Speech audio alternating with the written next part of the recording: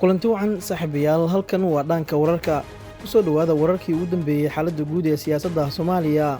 qodobada warkeena aad ku daawan doontaan waxaa ka mid noqonaya shaki la'aan waxaa ah in qofka isbedelay oo diintiisii ka tanaasulay gaaladana safkoodii ku biiray inuu yahay mukhtaar robow, cadowguna uu weli yahay isla cadowgii. mukhtaar robow oo ugu dambayn go'aansaday inuu iska casilo xilka wasiirnimo ee loo magacaabay. hanjabaad culus oo uga timid kooxdiisii hore ee al-shabaab. beesha uu ka soo jeeday robow oo diidan in banneeyo kursiga uu ku fadhiyo. khilaaf culus oo arrintaasi ka taagan iyo ra-iisul wasaare xamse oo xaaladdu ay ku qasan tahay ayaan ku eegaynaa warkan. balse marka hore saaxiibayaal u diyaar garooba hordhaca qodobada warka aad daawateen oo dhammaystiran.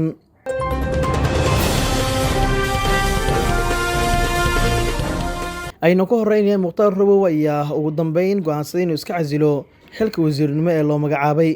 wasiirka awqaafta arrimaha diinta ee dowladda federaalk ee Soomaaliya Sheekh Mukhtaar Robow Cali Abu Mansuur ayaa markan qorsheynaya sida la sheegay inuu iska casilo xilka wasiirnimo ee dowladda federaalk Soomaaliya. Robow ayaa qorshihiisa waxa uu yahay in uu tago magaalada Baydhabo, halkaas uu ka noqdo madaxweynaha Koonfur Galbeed. inkastoo arrintan ay si weyn u kala qaybisay habka iyo hanaanka loo maareynayo dowladda federaalk iyo dowlad goboleedyadana wada shaqeynayaan, waxaana xogo hoose oo la helay ay tilmaamayaan in wadaadkan gooni-goosadka ah ee kasoo baxay al-shabaab uu qorsheynayo gacan ku dhigista Koonfur Galbeed Soomaaliya, waxaana sadaashu ay tahay in sanadii bar kadib uu iska casili doono xilka madaxweynenimo oo xilka wasiirnimo ee uu ka hayo xukuumadda Xamse Cabdi Barre, taas oo ugu xibsiiban doono madaxweynaha Koonfur Galbeed Soomaaliya. arrintan ayaa waxay abuurtay xasarad siyaasadeed oo xooggan iyo in xasan sheekh maxamuud iyo xamse aysan ka fiirsan xilkan wasiir ay u magacaabeen Robow, taasoo hadda ah hadaleynta ugu culus ee ka taagan guud ahaan siyaasadda dalkan Soomaaliya. sidoo kale xogtu waxa ay sheegaysaa in mukhtaar Robow Cali Abu Mansuur ay jiraan culeysyo siyaasadeed oo uu la kulmayo iyo hanjabaadyo uga imaanaya kooxo isdiidan oo ka jira dalkan Soomaaliya. tusaale ahaan, hanjabaad culus ayaa uga timid kooxdiisii hore ee al-shabaab, taas oo xaaladda kusii cuslaysay, waxaana mukhtaar Robow laga soo xigtay inuu qorsheynayo inuu iska casilo xilkiisa wasiirnimo maadaama looga hanjabay in la dilayo ama ay qaarijinayaan kooxdiisii hore isagoo ka tirsanaa ee al-shabaab oo ka gaaray hogaamiye ku-xigeenka ururkaasi.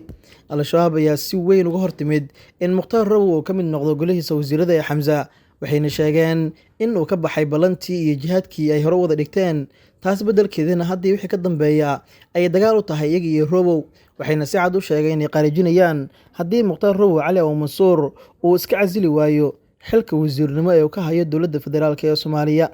arrinta ayaa hadda sii cuslaatay, waxaana bannaanka usoo baxaya xogay macluumaad hoose oo tilmaamaya in mukhtaar Robow Cali Abu Mansuur qorshihiisa ugu weyn uu yahay inuu iska casilo xilka wasiirnimo maadaama uu wajahayo cadaadisyo siyaasadeed oo waaweyn uga imaanaya siyaasiyiin isaga ku beel ah iyo ururka al-shabaab oo ka tirsanaa ninkan, taasoo xaaladda kusii cakirisay. dhinaca kale, beesha uu ka soo jeedo Robow ayaa diidan in uu banneeyo kursiga uu ku fadhiyay mukhtaar Robow, waxaana ay soo jeediyeen inuu is adkeeyo oo kursigiisa uu sii haysto. beesha Leezaan ee uu ka dhashay wadaadka mukhtaar Robow Cali Abu Mansuur ayaa laga soo xigtay inaysan dooneynin in mukhtaar Robow Cali Abu Mansuur uu gebi ahaan banneeyo kursiga wasiirnimo ee dowladda federaalk uu ka helay.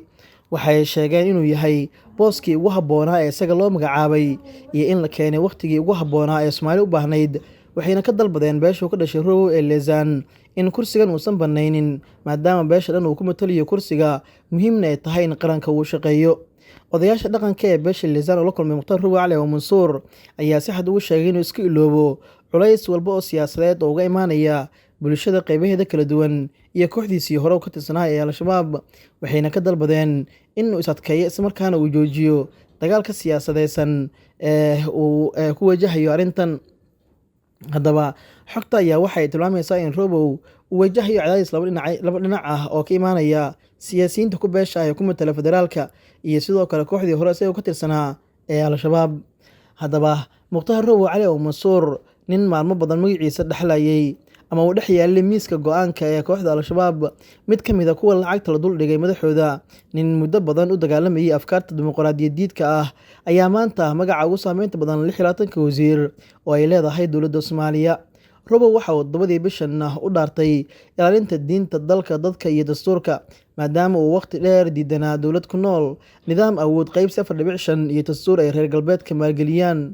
Waxaa aad loo eegayey dhaartiisa, balse dhaartii axaddii hore kadib hadda waxaa la isweydiinayaa sida ay dowladda Soomaaliya uga faa'iideysan karto Mukhtaar Robow iyo waxa uu ku biirin karo nidaamka cusub ee uu ku biiray. Mukhtaar Robow Cali Abu Mansuur, dadka yaqaanaahi waxay sheegaan inuu weligiisba xagga nidaamka dowliga ah uga dhowaa madaxda kale ee kooxda Al-Shabaab, waana sababtay waqti hore isku khilaafeen isaga iyo hogaankii kooxdaasi. In uu la heshiiyey dowladda federaalka ah inuu raadiyo xukunka madaxtinimada Koonfur Galbeed iyo inuu maanta qaatay wasiir, intuba waxay fasirayaan inuu Mukhtaar Robow haysto faham dowladeed oo ka dhow midka Al-Shabaab ay doonayaan. Haddaba aan eegno 3 tallaabo oo laga fiirin karo Mukhtaar Robow. Wasaaradda Diinta iyo Awqaafta iyo Mukhtaar Robow. Marxalad xasaasi ah ayuu ku soo aaday imaatinka Mukhtaar Robow ee wasaaraddan. Midda koowaad waa dhaqanka Soomaalida oo intooda badan waafaqsan diinta Islaamka ayaa waayihii dambe si weyn loo duray. Culimada Soomaalida waxay dhowr muxaadaro ku sheegeen inuu socdo dhaqan burbur ay sabab u yihiin baraha bulshada ee internetka, daroogada sida weyn u soo gashay dalka, iyo dhaqamada reer galbeedka oo si weyn loogu soo minguuriyey Soomaaliya. Wasaaraddan waxaa hortaalla jihaynta dhaqanka suuban ee Soomaalida iyadoo lala aqrinayo diinta Islaamka. Aqoonta diimeed ee Mukhtaar Robow waxaa la aaminsan yahay inay halkaas wax badan ka goyn karto. Wasiirro badan oo aan lagu tuhmaynin faham diimeed ayaa horey u soo maamulay wasaaraddan. Midda labaad waa firqooyinka diimaha. Firqooyinka diimaha ayaa ku sii xoogeysanaya Soomaaliya. Qaarkood waa kuwo hubeysan oo in shaqada wasaaraddan iyo jaangoynteeda ay firqooyinkaas wada aqbalaan ma aha mid shaqo fudud. Balse Wasiir Mukhtaar Robow wuxuu dhowaan sheegay inuu culimada oo dhan kala tashan doono tallaabooyinka uu qaadayo. Waxaa loo arkaa nin aad u og loolanka firqooyinka oo haleeli kara maarayn dhexe. Halkan waa looga faa'iidi karaa isaguna. Midda saddexaad waa dagaalka kooxda Al-Shabaab. Madaxweyne Xasan Sheekh Maxamuud iyo Ra'iisul Wasaare Xamse Cabdi Barre labaduba waxay dhowr jeer sheegeen in ay bilaabayaan dagaal buuxa oo ka dhan ah kooxda Al-Shabaab. Sheekh Mukhtaar Robow Cali Abu Mansuurna waxaa la sheegay inuu qayb ka yahay loolanka dagaal ee dowladdu ku dooneyso in meeshaas looga saaro. Mukhtaar Robow oo xoggaal u ah xalka Al-Shabaab iyo sida ay u iibiyaan fikirkooda, waxaa la rumaysan yahay inuu keeni karo xeelad lagu fashilinayo habka ay Al-Shabaab u iibiso afkaarteeda siyaasadeed. In uu dhab ka noqdo dagaalka fikirka oo Al-Shabaab lagala galo, wax badan ayay ka faa'iidi kartaa dowladda federaalka ah.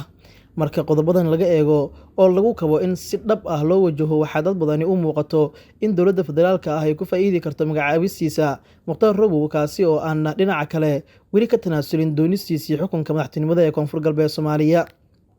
Mukhtaar Robow Cali Abu Mansuur hadda waxaa haysta cadaadis weyn iyo loolan siyaasadeed uga imaanaya bulshada uu ka abtirsado iyo kooxdii hore uga tirsanaa ee Al-Shabaab oo iyagu qudhoodu sheegaya in ninkaas uu uga baxay balantii hore ula galay, islamarkaana ay qareejin doonaan.